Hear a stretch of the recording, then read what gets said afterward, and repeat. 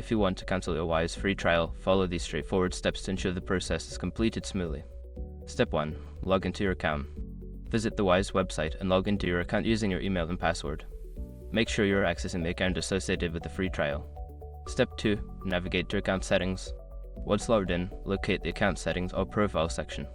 This is usually found in the upper right corner of the screen under your account name or icon. Step 3. Find subscription details.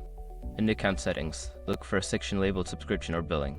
Here, you will find information about your current subscription status, including the free trial. Step 4. Select cancel trial. Within the subscription details, there should be an option to cancel your free trial. Click on this option and follow any prompts to confirm your cancellation. Step 5. Confirm cancellation. After cancelling, you may receive a confirmation email or notification on the website. Make sure to check your email for confirmation to ensure that your free trial has been successfully cancelled.